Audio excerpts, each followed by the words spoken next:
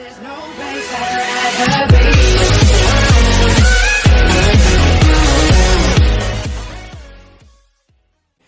guys, welcome back to Talking Blues, welcome back to another video. Before we get into this video, please make sure you like, comment, subscribe and turn the notification bell icon to be notified when we upload. Now, let's get straight into the video. So, yesterday, Chelsea played their first game of the season against Everton at Goodison Park. Chelsea came out victorious with a gritty 1-0 win through a Jorginho penalty. I'm happy that we got 3 points. I'm not 100% happy with the performance. You know, we showed a lot of character to get through the game. When Everton started to create chances, they looked good in parts, and the defence held up really strongly. Yeah, it was a decent performance. It wasn't outstanding, wasn't terrible, wasn't perfect. It was just in between. It was a bitty game, though. It was gritty, bitty, and horrible. And I think a lot of the problems that were there were just like fitness based and stuff like this. Yeah. Dad, you know, did you enjoy the game? Yeah, I did enjoy the game. You know, first of the season. You know, at this moment, I haven't got the great expectations. You know, we need to get up to full fitness. But I think overall it was a reasonably good game. A bit scrappy at times. But, you know, I would score it, you know, about a 7.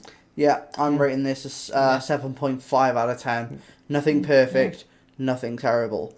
But we're going to talk about the game. We're going to talk about some of the players who performed well. You know, there was lots going on in the game. And, you know, like, my first complaint, you know, we had plenty of chances. Plenty of chances to score goals. We're just not clinical. It's been like that for 2 or 3 seasons now. We're just not clinical. I think, looking at it from my perspective, we get all these chances. We get into the right positions. You know, when we play that perfect pass, we're in. And at the last minute, you take the shot. It's not great. It's not good enough. Yeah. It's not good enough. It just really shows, you know, how much we are missing an out-and-out goal scorer. You know, like we have with Diego Costa, Didier Drogba. You know, players like this who are out-and-out goal scorers and would score 20 to 25 goals a season. Kai Havertz, we're going to talk about first. He simply can't play that position. He can't play that position consistently and score goals consistently for us. He can't play that false 9. I'm sorry, it's not the position for him. Where does he fit? Where does he fit? Because he can play as a cam. You know, as a central attacking midfielder. He can play on the right, but it doesn't suit him. He can play on the left, but it doesn't suit him. He can play as an 8. It doesn't suit him. He plays a false 9, but it doesn't suit him. What suits him? I don't know. He's 21, which gives him an advantage. He's got plenty of time to develop as a player. But what I'm seeing is it's just not happening for him. He's not got that killer instinct to get the ball in the back of the net. There's nothing there for him for that in that sense. Is he creative? He can be. Is he quick? Yes. Appears to me like he's a jack of all positions, but master of none. Exactly, and this is the problem we have. We need, in each position, we need someone who can play that position absolutely perfectly. Who is the master of that position.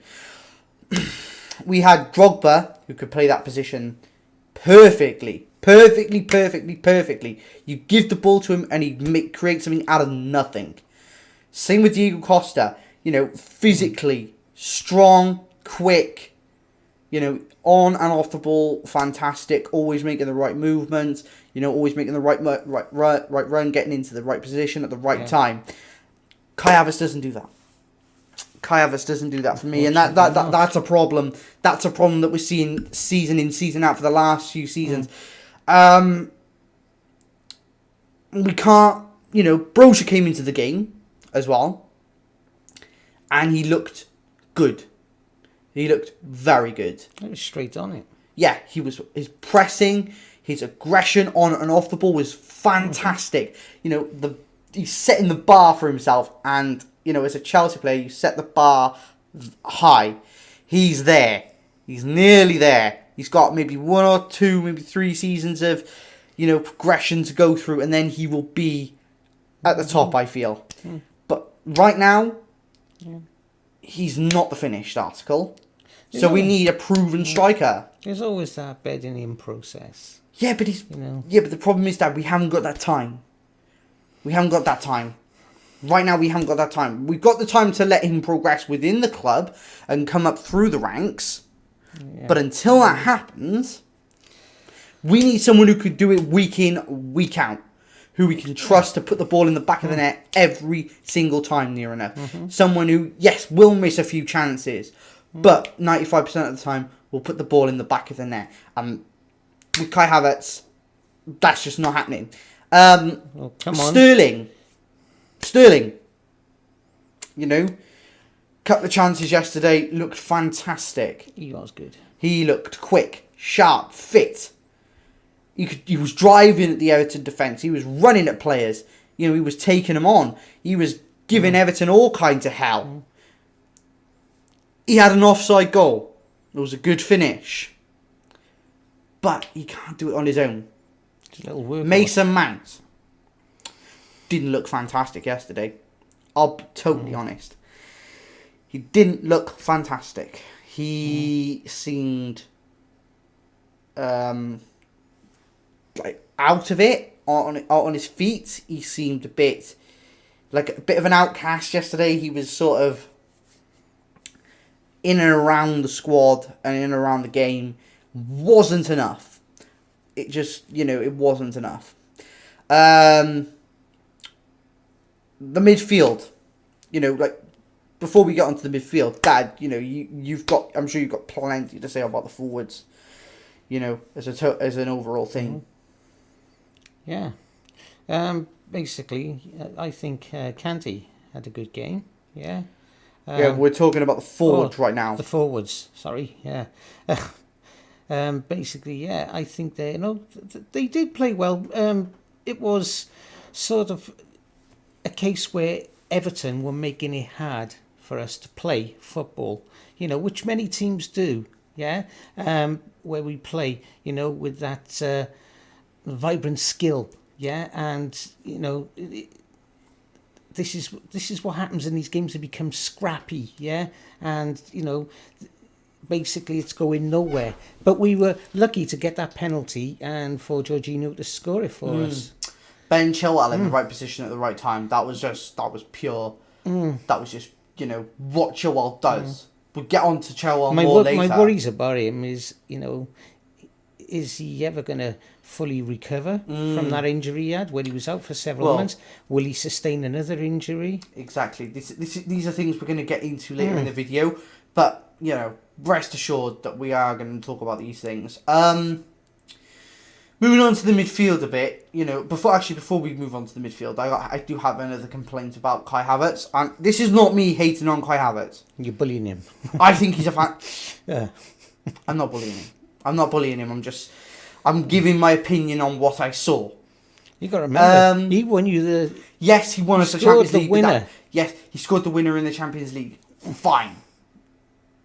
But what I'm saying now, right, is what Tuchel saw yesterday. He looked unfit and sharp. He didn't look like anything. He was doing anything. He wasn't moving. He wasn't making any runs. As Eunice said in his video, Eunice Talks Football said in his video yesterday, move! Move! Tuchel was shouting at him on the touchline, stop sleeping! Wake up! Move a bit! Do something!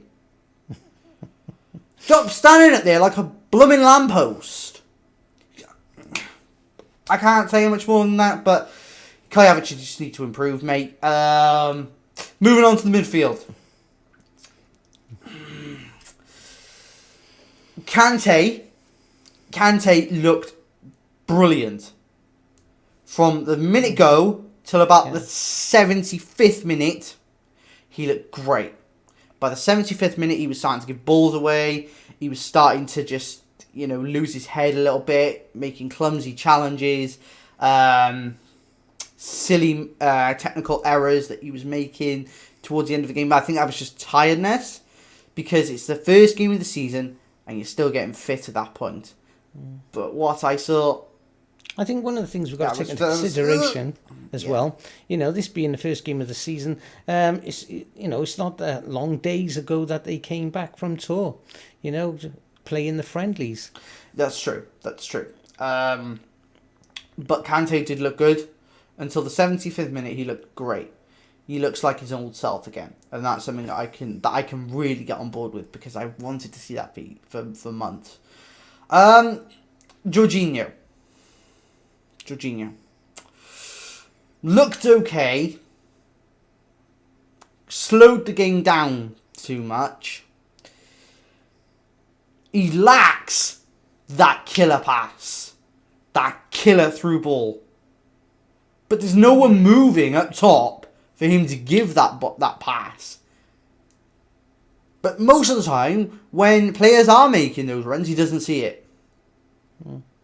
We had no driving force in the midfield yesterday. Kante can run fantastically. He can take the ball, he can carry it. Right? I'm going to mention Kovacic. Where was Kovacic yesterday? Kovacic making those driving runs, driving in between the lines, pushing the ball at the field rather than just hoofing it up and hoping. Because what I noticed yesterday was pass. Oh, backwards. Pass. Oh, no way through. Backwards again. Reset. And Jorginho just lacks that pace, that killer pass. He's great for when you want to slow the game down and you want to become, technical with it, and you want to just start, slowing it down, taking it your pace. Setting the pace. That's what Jorginho is designed for. What he isn't designed for is driving in between the lines and getting into those half spaces. Apart from that, it was okay. Dad, your thoughts on the midfield? Well, my thoughts are, I think Kante played an excellent game. Basically very sharp, fast on the ball. As you say about Jorginho, he just lacks, this killer pass, as you say. Yeah. He's quite meek and mild, in his play.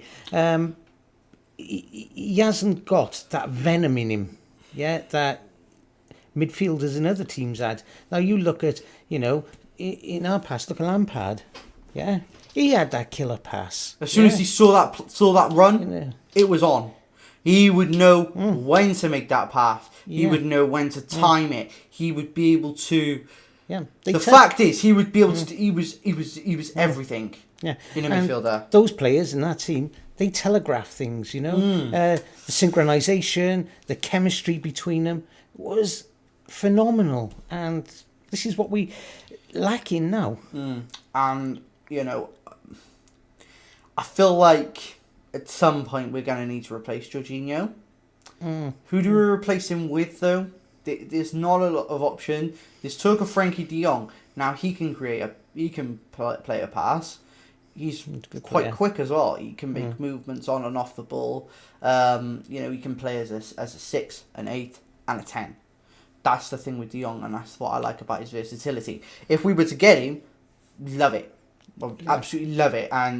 But that's a big if, because he doesn't want to come from Barcelona at the moment because he's still owing wages and so on and so forth. We're not going to get into that today. The one player I was disappointed not to see yesterday is Timo Werner. But as we know in the news today from Fabrizio Romano, he's leaving. He's joining RB Leipzig again. So Timo Werner, we wish you all the best, mate. Go in and enjoy your football again, because obviously it didn't work out here. We're sad about that. I think every Chelsea fan is sad about that, because we were expecting you to come and score goals. But Obviously, it hasn't worked out as we planned, as managers planned. But yeah, all the best, Timo. You know, go off to Germany, go and enjoy your career. As I said, you know, in a previous video, you know, not all these foreign players who come over to play for the English clubs succeed. And, you know, the Premier League is the hardest league in the world. And I know for a fact that Timo Werner, you know, when he plays internationally or when he plays for his club in Germany, he's scoring left, right and centre.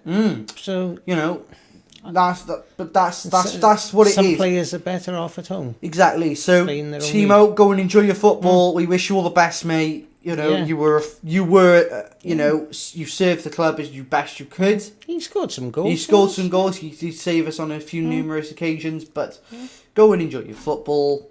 We wish you all the best. Moving on into the defence. Reece James. I think it's fitness. He doesn't look sharp.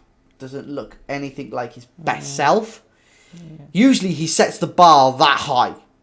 You know, he's like there at the top of his game. He's down here at the moment. He's still not quite at the peak of his power as he was last season. I don't know whether that's injury problem, whether that's the hamstring injury that's been the problem before. But he had about 6 or 7 weeks off, you know, holiday. But you know, in that period of time, you know, they went to America for the friendlies. I just think they had a few too many burgers. Maybe, you never know. Thomas Tuchel, in future, can you make sure if the players are doing that, can you make sure you tell them to lay off that?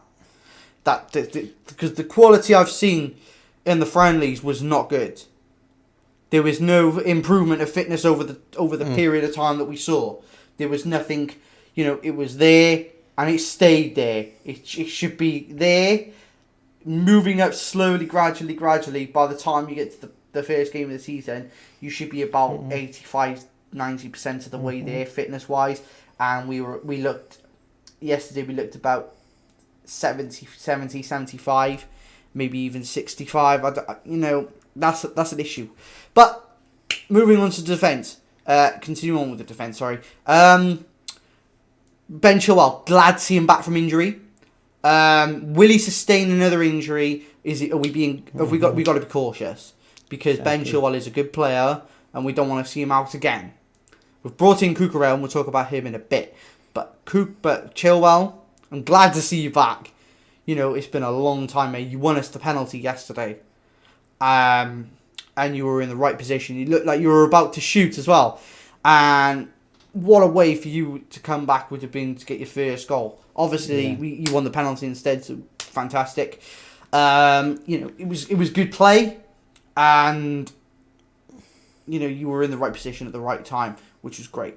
Any thoughts on Chilwell, Dad? Yeah, I think he played well, and like you said, it looked as if he was about to shoot. You know, when they were awarded the penalty, it would have been great for him to have a goal. But my concerns with Chilwell is, you know, is he totally over this injury he sustained several months ago, or back last year?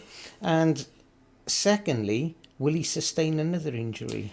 Yeah, I think this is something that the medical staff have to be concerned about. And Chilwell himself is probably, in the back of his mind, he's probably thinking, if I run too hard now, or if I pull, or if I push too hard now, I might injure myself again. It's inevitable. You know, every player is going to sustain an injury. You know, whether it's a minor injury or a major injury. Exactly. But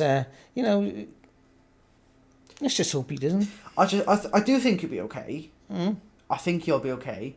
I think he just needs that time to get over the anxiety of that injury, over that problem, the niggling in the back of his mind. Is it going to happen again? Once you get over that, I think Chilwell will be fine.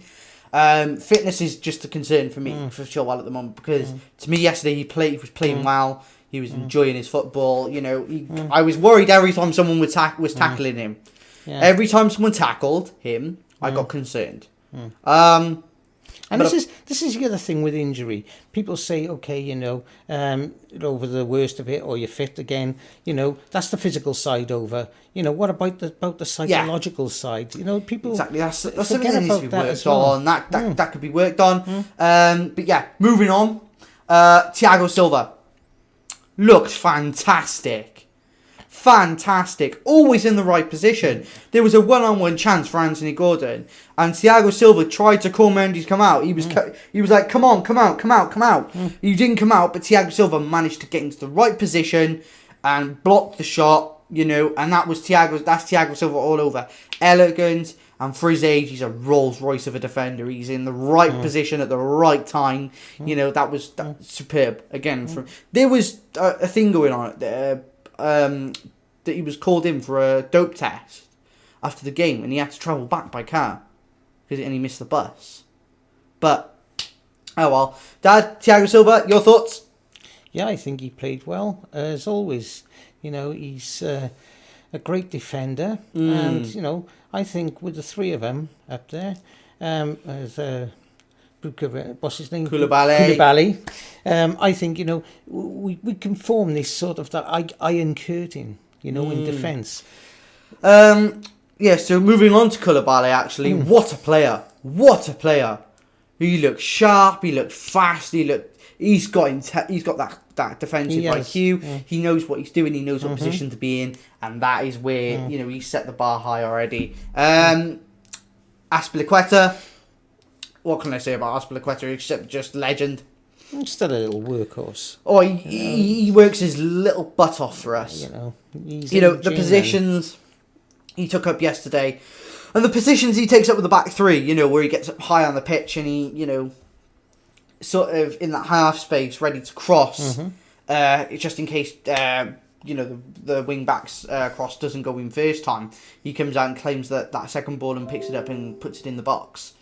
But apart from that, yeah, phenomenal. Mendy's Mendy. Made a cracking save. He claimed a couple of balls from the corners. He looked good. Apart from that, perfect. Moving on now to just, a couple of players. The debut from Marco Correa. Looked comfortable, looked classy on the ball. He was there. He was moving well. Looked fit. Looked sharp. Looked quick, and that was what we needed to see. Brozier coming on, as I said, aggressive, sharp, pressing. Like he wanted something out of the game. So well done, Brozier. Conor Gallagher came on, not really. For the last few minutes, didn't see much of him. Loftus-Cheek. Yeah. Nay. Not really bothered. He didn't look fantastic. He looked okay. Pulisic, come on. Looked good. Looked sharp.